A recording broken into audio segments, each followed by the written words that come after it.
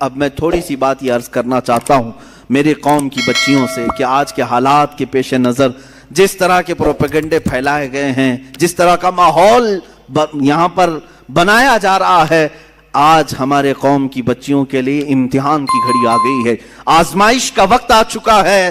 آج درندے دندناتے ہوئے تمہاری عزتوں کی طرف نوچ کھانے والی نگاہوں سے دیکھ رہے ہیں، منظم پلاننگ کی طرف اور منظم منصوبہ سازی کے ساتھ ہماری بچیوں کو اغوا کیا جا رہا ہے، اٹھا لے جایا جا رہا ہے اور انہیں اپنے ہاں لے جا کر کے بیاہ کیا جا رہا ہے۔ ان تمام چیزوں میں میں کہتا ہوں کچھ لڑکیاں بھولی بھالی ہوتی ہیں، صورت پر آ گئی اور شیطانی چال کو دیکھ کر کے فریفتہ ہو گئی۔ میں سمجھتا ہوں یہ انہی گھروں کی بچیاں ہیں جن کے گھروں میں کبھی فاطمۃ الزہرا کا تذکرہ نہیں کیا جا رہا ہوگا، یا بچپن سے ان کی تربیت میں کوئی کوتاہی کی گئی ہوگی، ورنہ جس کے سینے میں محبت مصطفیٰ ہو، عشق مصطفیٰ ہو اور ایک عظیم گھرانہ جس میں قرآن کی تلاوت ہو رہی ہو، احادیث کا درس ہو رہا ہو، وہاں کی بچیاں اس طرح کا قدم نہیں اٹھاتی۔ اگر اٹھاتی ہیں تو اللہ تعالیٰ غیب سے ان کی مدد بھی فرمائے گا۔ آج بڑی ذمہ داری کے ساتھ میں کہتا ہوں ہمارے ہاں جو ماحول پیدا کیا جا رہا ہے بچیوں کے لیے، یہاں جتنے لوگ ہیں وہ الرٹ ہو جائیں۔ آج کچھ درندے یہ اعلان بھی کرنے لگ گئے، دیکھ رہے ہیں آپ کھلے عام پوسٹر لگا رہے ہیں۔ اتر پردیش میں کچھ گنڈے اس طرح کی بھی بات کر رہے ہیں کہ ہم اس سال 2100 مسلمان لڑکیوں کو ہمارے ہاں بہو بنائیں گے، ہندو بنا کر کے لائیں گے اور اپنے حساب سے ان کی شادیاں رچائیں گے۔ یہ علل اعلان کیا جا رہا ہے۔ یہی بات اگر میں کہہ دوں تو پھر آتنکی ہو جاؤں گا۔ اگر ہمیں ضرورت نہیں ہے، ہم اپنے نوجوانوں کو اس طرح کھلے چھوڑنا بھی نہیں چاہتے کہ جاؤ اٹھا لاؤ۔ میرے عزیزو، ہم چاہتے بھی نہیں، ویسے بہت سارے نوجوان ہیں اسی کام پر لگے ہوئے رہتے ہیں۔ اسلام اس طرح کی تبلیغ نہیں کرتا کہ کسی کے باپ کے کسی کی بیٹی کو اغوا کر کے لے آئے اور زبردستی اپنے بستر کا اسے سامان بنائے۔ ہمارے ہاں یہ طریقہ نہیں ہے۔ ارے یہاں نکاح بھی ہوتا ہے تو پہلے قاضی عورت سے ہی پوچھ کے آتا ہے تو راضی ہے یا نہیں، بغیر رضا کے تو دولہے سے بھی نہیں پوچھا جاتا کہ قبول ہے کہ نہیں، پہلے تو خاتون سے ہی ہمارے ہاں پوچھنے کا رواج ہے، اور اگر اس کی رضا نہ ہو تو نکاح بھی نہیں۔ ہم زور زبردستی کے قائل ہی نہیں ہیں۔ کسی کو اغوا کر کے لے جانا، اٹھا کر کے لے جانا، زبردستی بہو بنانا، اگر یہ کام ہو رہا ہوتا تو پتہ نہیں سب صفایا بھی ہو چکا ہوتا۔ ایسا نہیں ہے میرے عزیزو۔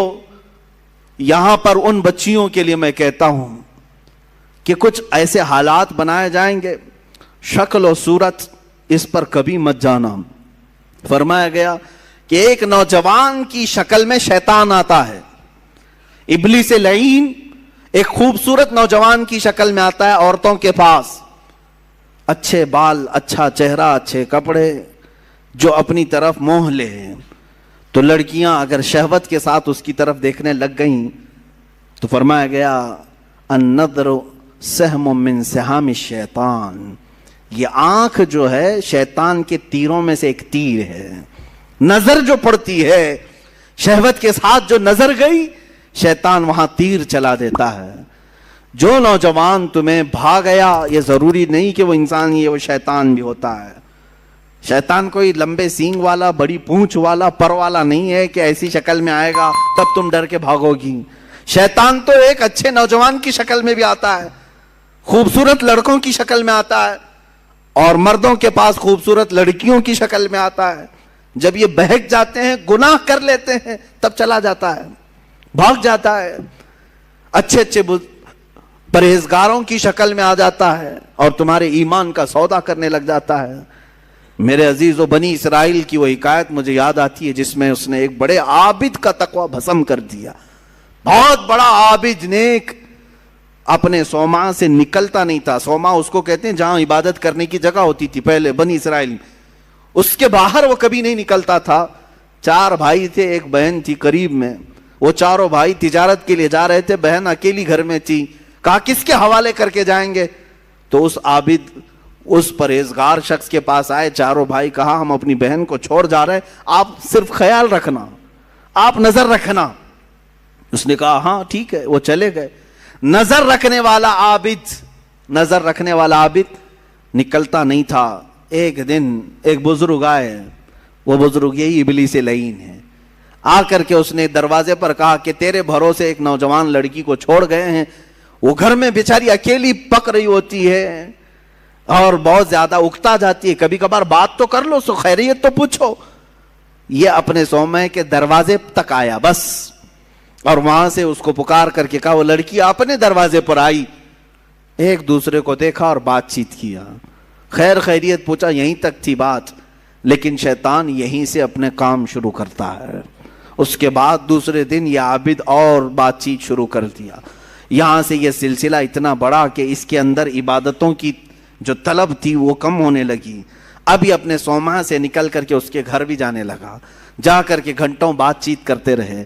وہ وقت بھی آیا جب اس نے اس کے ساتھ زنا بھی کر لیا، اس ایک نوجوان خاتون کے ساتھ، کیونکہ یہ شادی نہیں کرنے والا تھا، پوری قوم کے نزدیک یہ نہایت عابد ہے، پرہیزگار ہے، زنا ہو گیا، حمل بھی ٹھہر گیا۔ اب کیا کرے؟ نوجوان لڑکی کے ساتھ ایسے معاملات ہوئے ہیں، ڈرا۔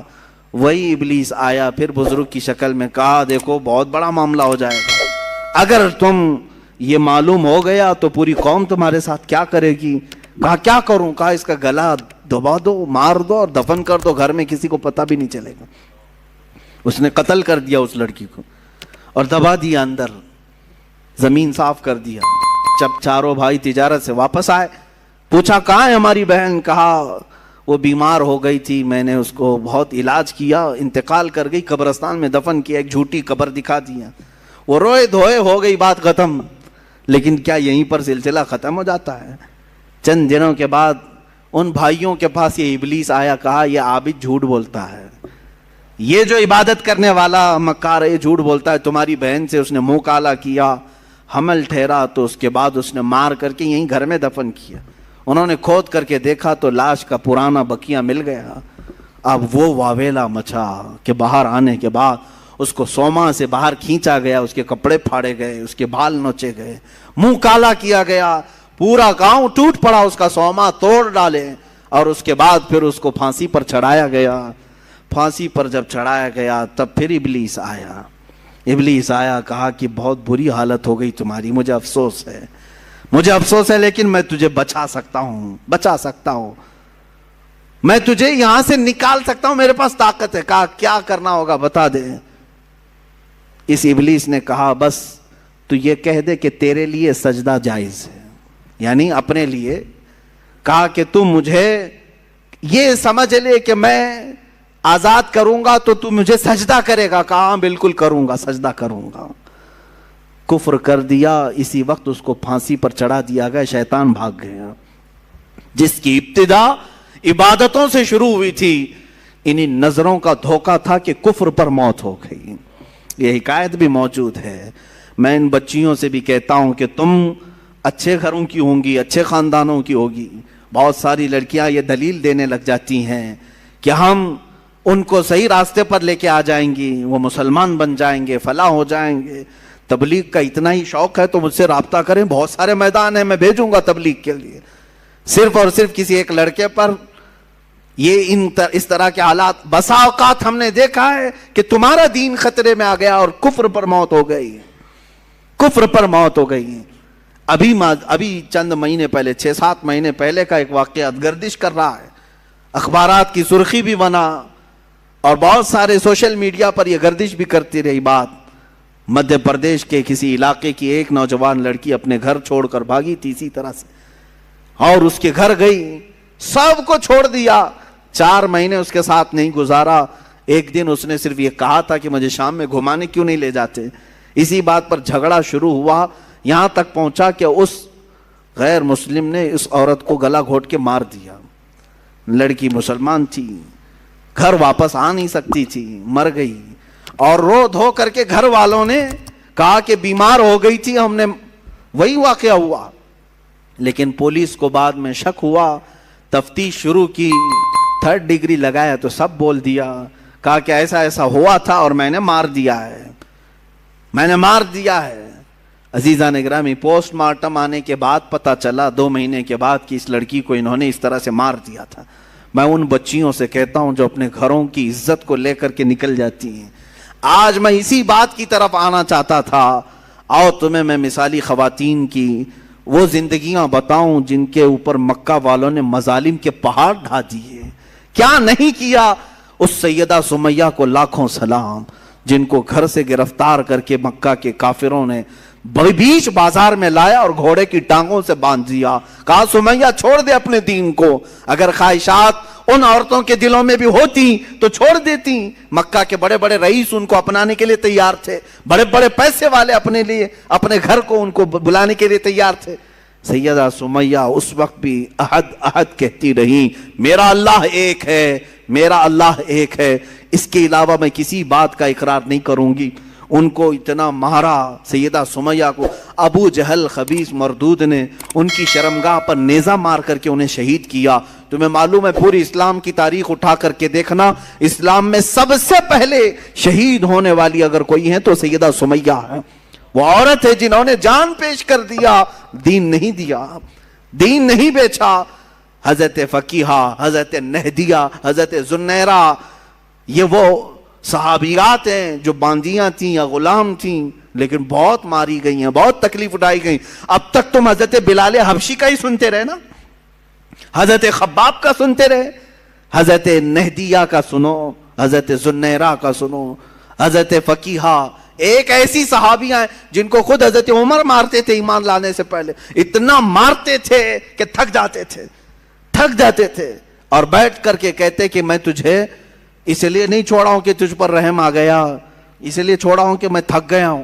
حضرت فقیہہ اس وقت بھی کہتی, عمر اگر تو ایمان نہیں لائے گا تو پھر تجھے ہر مار کے بدلے اللہ کی بارگاہ میں جواب دینا پڑے گا, اور اگر تو ایمان لے آتا ہے تو یہ مجھ پر جتنے مار مارا ہے سب معاف ہو جائیں گے. اس وقت کہتی تھی حضرت فقیہہ, کون عورت ہے جو مار کھانے کے بعد یہ کہے کہ تو ایمان لے آ جا, کون ہے؟ یہ ایک باندی تھی حضرت فقیہہ. حضرت زنیرہ ایک صحابیہ ایسی ہیں مکہ کی, انہوں نے حضور پاک صلی اللہ تعالی علیہ وسلم پر ایمان لانے کے بعد مکہ والوں نے اتنے تانے دیے ان کو, اتنے تانے دیے. ایک وقت ایسا بھی آیا کہ بیمار ہو کر کے ان کی آنکھیں چلی گئیں. اب تانے دینے والوں کو اور بڑا موقع ملا, پورے مکہ والے یہ کہنے لگے, زنیرہ دیکھو لات و حبل اور عزا جو ہمارے خدا ہیں انہوں نے تجھے وہ کیا کہتے ہیں شناپ دے دیا, یہ لوگ کہتے ہیں شراب دے دیا, جس طرح سے بھی کہتے ہیں کہ بد دعا لگ گئی ہمارے خداؤں کی تجھے, تیری آنکھیں چلی گئی.